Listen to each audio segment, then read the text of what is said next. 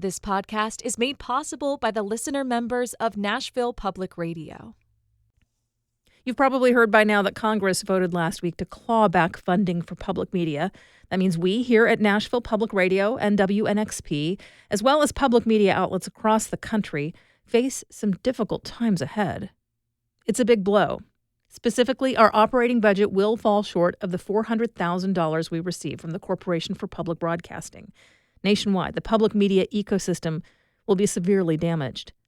So as we continue the work of delivering quality, independent journalism here at WPLN News, we appreciate your support and urge you to consider a contribution to help sustain Nashville Public Radio. You can do that by going to WPLN.org/give. This is the Nashvillager Podcast.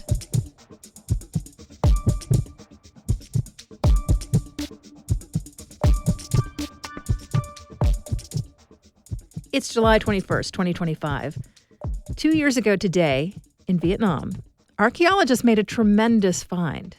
Analysis of a 2,000-year-old grinding stone found traces of a remarkably familiar list of substances. Turmeric, ginger, cloves, galangal, cinnamon. The same ingredients central to modern curries in that part of Asia today were being ground up together to season food 2 millennia ago. It was an incredible reminder that for all that has changed to make this modern world, in some ways humans of those long ago eras were very much like we are now. There are tremendous commonalities still in some of the most fundamentally human parts of our lives, like the food that we eat and the flavors that we savor. I'm Nina Cardona, and this is your daily digest of what's happening around Middle Tennessee with historical context from Nashville Public Radio, WPLN News. About 11 years ago, here in Nashville, work on building a new baseball stadium for the Nashville Sounds was briefly halted so that archaeologists could move in to examine the site. You see, crews digging out for the stadium's foundations had uncovered shards of large pots that looked ancient. And sure enough, experts determined that they were roughly 1,000 years old. And they figured out what they were for. The large pans were used to evaporate water from a salty spring, leaving behind crystalline salt that could be used in various ways, including food preparation. Now, the archaeologists weren't given much time, only a couple of weeks. That's because they only found artifacts, not human remains. But the fact that there were only artifacts, and more to the point, a large number of the same kind of item, points to something that anthropologists and historians have come to understand about this spot on the Cumberland River. That Nashville is not the first city to be built here. For the roughly 700 years or so prior to Europeans coming to this part of North America, a civilization we refer to as the Mississippian culture lived in Tennessee. They were the mound builders, the skilled farmers who developed new strains of corn and beans, the masterful artisans who made sophisticated pottery and personal items that we sometimes find now in digs like the one that had to happen so quickly at the stadium site. And various finds around Nashville have made it clear that for some time, there was a great Mississippian-era metropolis here. It was large enough to be organized into zones for different activities. There weren't signs of homes or kitchens or graves at the stadium site because it was, to use a modern term, a factory. Salt production didn't just happen there. It happened on a large scale. There were a lot of those pans there and multiple charred pits where people had made fires to boil off the water in order to extract that salt. And there's reason to believe that salt was not just used by people here. So much was produced here that it was exported to other communities in the vast trading network that spanned much of what we now know today as the eastern half of the United States. But our understanding of what came here before is pretty limited because nobody has to stop excavating for a new build unless they find human bones. Things are different in other parts of the world, like much of Europe, where everyone understands and acknowledges that every piece of land has played host to countless generations of humans. In those places, there are laws mandating that the first phase of new construction is letting scientists take a look through the soil that's about to be disturbed. But here, we've inherited the habits and the legal philosophies of ancestors who chose to pretend that they were the very first people to come here, that the history of this place is only about as old as the Declaration of Independence. Plans are moving forward for a massive redevelopment of the area along Nashville's East Bank. Those tall buildings will need deep foundations. Their construction will require a significant amount of digging. And the site itself, on the low side of the river, with easy access to the water and not far from places where we know ancient peoples lived and worked, is almost certainly one that will contain more clues to the size and character of the city that came before. So, will we take the time to examine the ground for what it may hold? Or will we let excavation work push on and potentially destroy any artifacts that are there in order to move forward as quickly as we can? In just a few minutes, the lasting echoes of Tennessee's Scopes monkey trial. That's coming up after the newscast.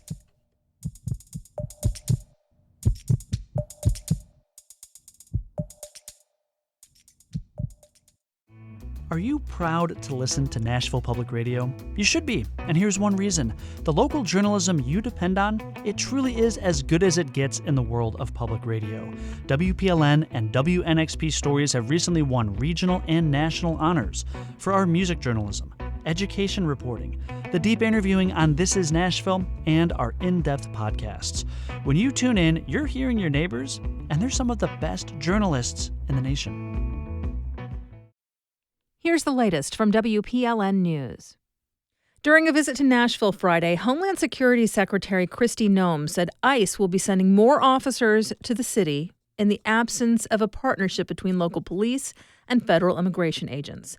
WPLN's Miriam reports. Secretary Noem says that under Trump's budget plan, Homeland Security will be placing dozens more ICE officers in Nashville. Clearly, when there is a sanctuary city or there's a sanctuary state, we're going to have to put more federal officers there. But legally speaking, Nashville is not a sanctuary city, and Tennessee is not a sanctuary state. The Tennessee legislature passed a law this year making it a felony to vote in favor of any policy that shields people from immigration enforcement. Noem said that ICE has no local partner in Nashville. While Nashville police don't have a formal agreement, the Tennessee Highway Patrol does. In May, state troopers conducted stops in Nashville on ICE's behalf, something activists say amounted to racial profiling. Noem says, So that has been another false narrative that has been put out there in the media that I absolutely want to throw back at you and say that is absolutely false, and don't you dare ever say that again. We have judges out there and other individuals saying people have been targeted that way, and it's not true. Noem also commented on the case against Kilmar Abrego Garcia, who was wrongfully deported to El Salvador in March. He's still being held in Tennessee, despite a judge ruling in favor of his release, over fears that ICE may deport him before he's able to stand trial. Noem says whether that happens isn't under her purview. Mariana Bacallao, WPLN News. Noem specifically called out Nashville Mayor Freddie O'Connell, accusing him of, quote, doxing ICE agents. In response, O'Connell says that Metro has willingly worked with state and federal partners for years, but that he does not want to focus on separating families. We are strongly focused on a safety-driven agenda and one that is not focused on separation. So we've not had any conversations with the Secretary or DHS about any of this. We're continuing to do business the Nashville way. A judge has ordered the Tennessee Department of Correction to disable a man's heart implant before his August execution. The decision was issued on Friday by the judge overseeing several challenges to Tennessee's lethal injection protocol. WPLN health reporter Catherine Sweeney tells us more. Davidson County Chancellor Russell Perkins said the man scheduled to be executed, Byron Black, made a solid case that without intervention, the device would cause him undue suffering, violating his constitutional protection from cruel and unusual punishment.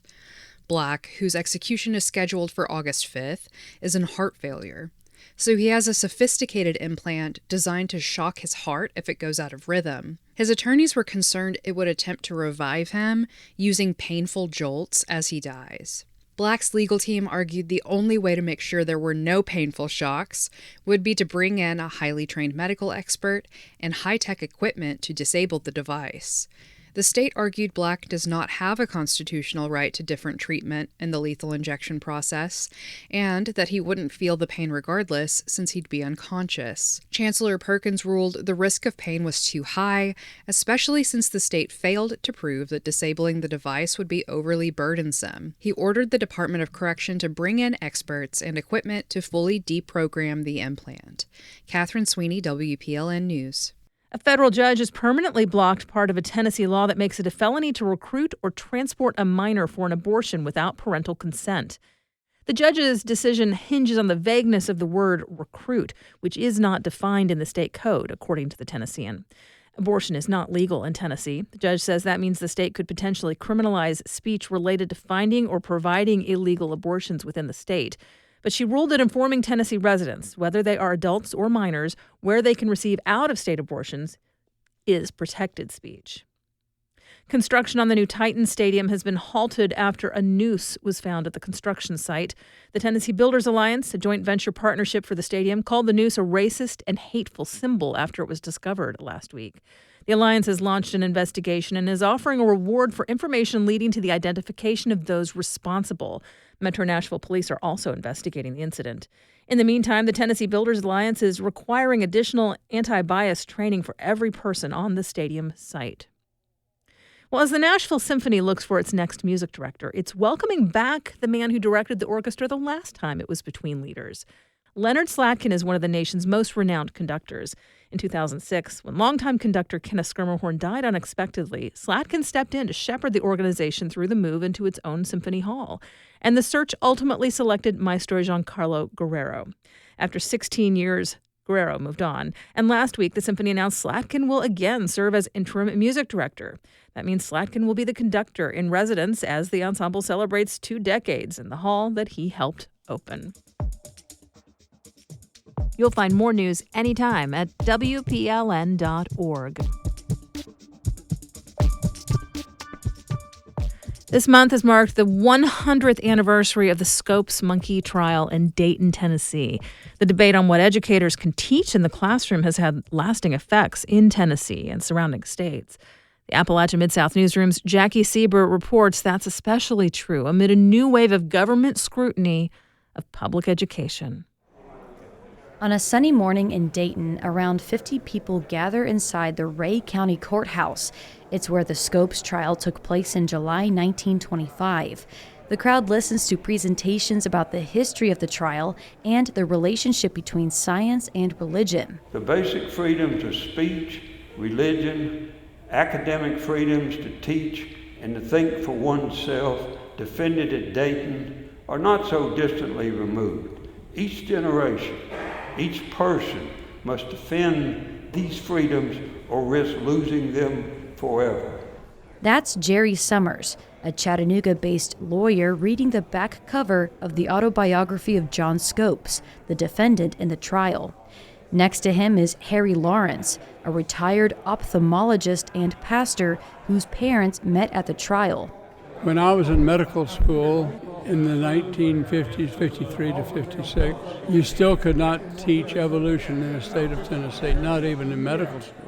What was described as the trial of the century is now a century old, but its core debate over what students should learn in public schools has carried on, according to Alexa Barajas-Clark, the executive director of the advocacy group Ed Trust Tennessee. I think what's interesting about this moment right now is there's a lot of national attention on these issues now. Tennessee legislators passed the Butler Act in 1925, banning educators from teaching evolution at public schools and universities.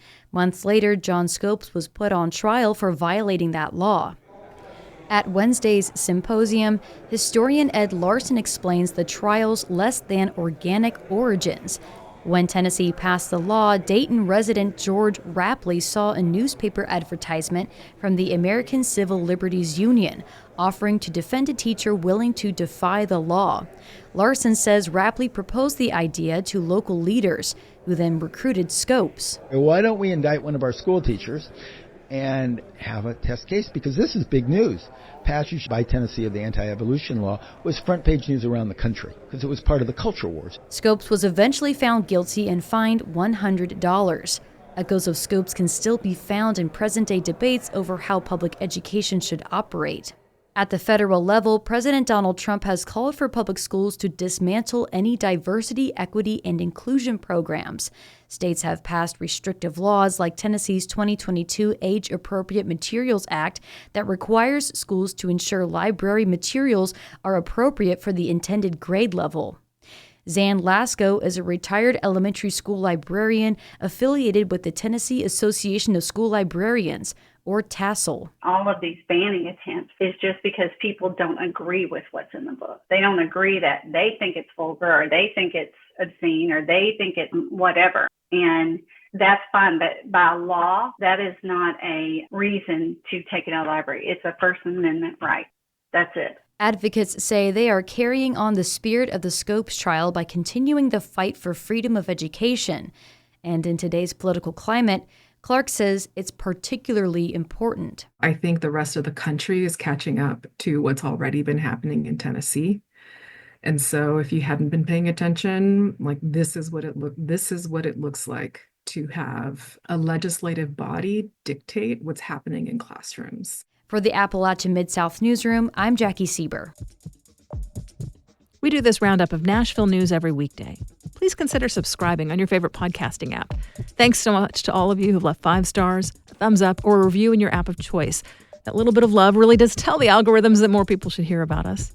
And of course, everything at WPLN News is listener supported, and that is all the more vital now in the current situation with CPB funding. You can make your donation at WPLN.org. And that's it for today. Thanks so much for listening. Let's make this day a good one, and we'll catch back up tomorrow.